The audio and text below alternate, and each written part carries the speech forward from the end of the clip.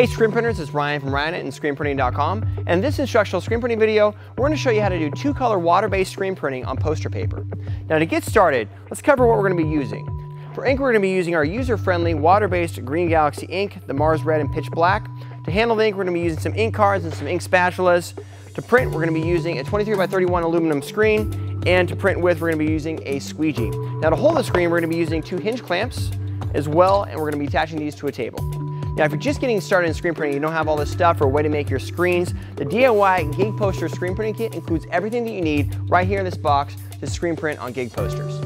Now, if you're a screen printer that has a manual screen printing press, you want to do some bigger stuff, these hinge clamps are a great way to do that. Very simple to install to a flat table. You want it to be smooth, flat, so you can put some sticky down. You can also make your own vacuum table if you're mechanically inclined. Very easy to install these hinge clamps, however. You just need to screw them down simply to any type of flat surface, and that surface also needs to be clean as well. So just pop these guys down. You want them spread evenly apart on the back of the screen there.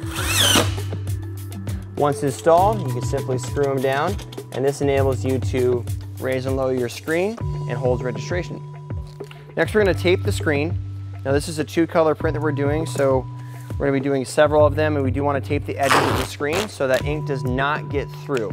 I'm using a low adhesive screen tape. All right, for this screen print, we're actually going to be printing on 100-pound weight, kind of your natural fiber from French paper. This is a great poster paper and great for screen printing on gig posters and other posters. So we're going to be registering this print before we can actually start screen printing it. We're going to be registering it to the film positive that we use. Let's put our screen up there. I'm going to bring this out. We're going to actually show you how to create a jig. So I'm just actually aligning this film first of all to the print and getting it into the exact spot that we're going to be using.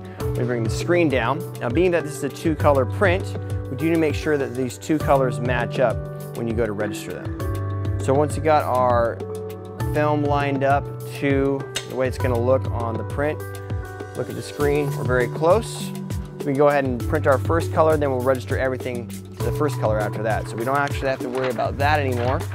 And what we're going to actually do here is create a jig so we can put paper in the same exact spot on this table every single time.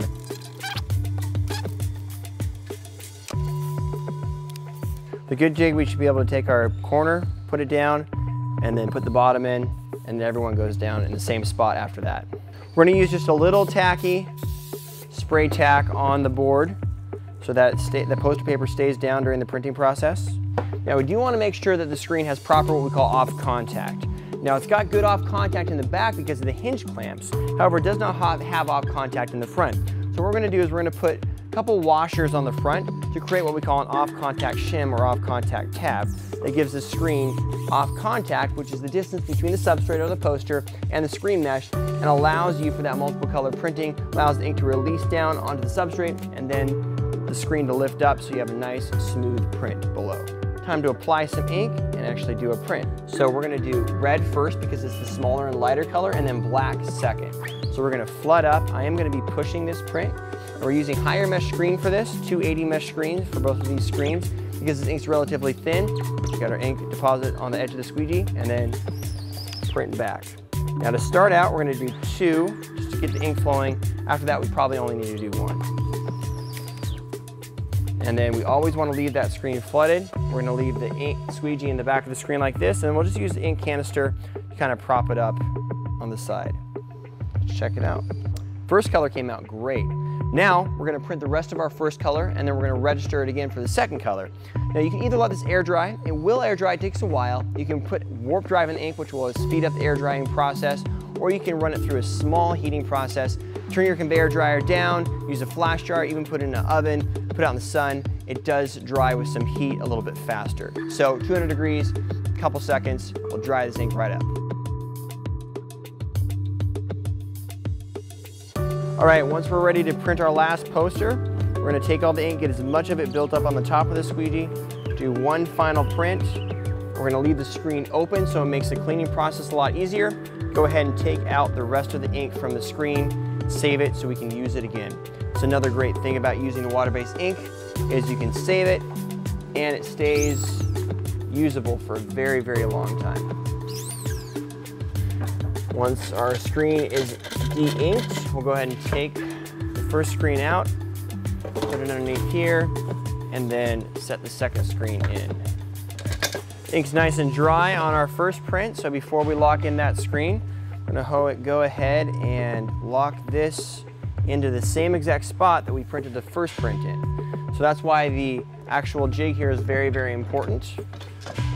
Then we'll go ahead and register this. With the screen loose in the hinge clamps, we're gonna go ahead and register the second color to the first color. And that's why we're doing the first color in a lighter ink. The lighter ink always goes first, so if we want to, we can actually align our art to essentially overprint on the second color and make the registration process a lot easier. Once we're confirmed that everything's locked down, you simply lock in those hinge clamps nice and solid so that you can raise and lower the screen and make sure everything lands consistently.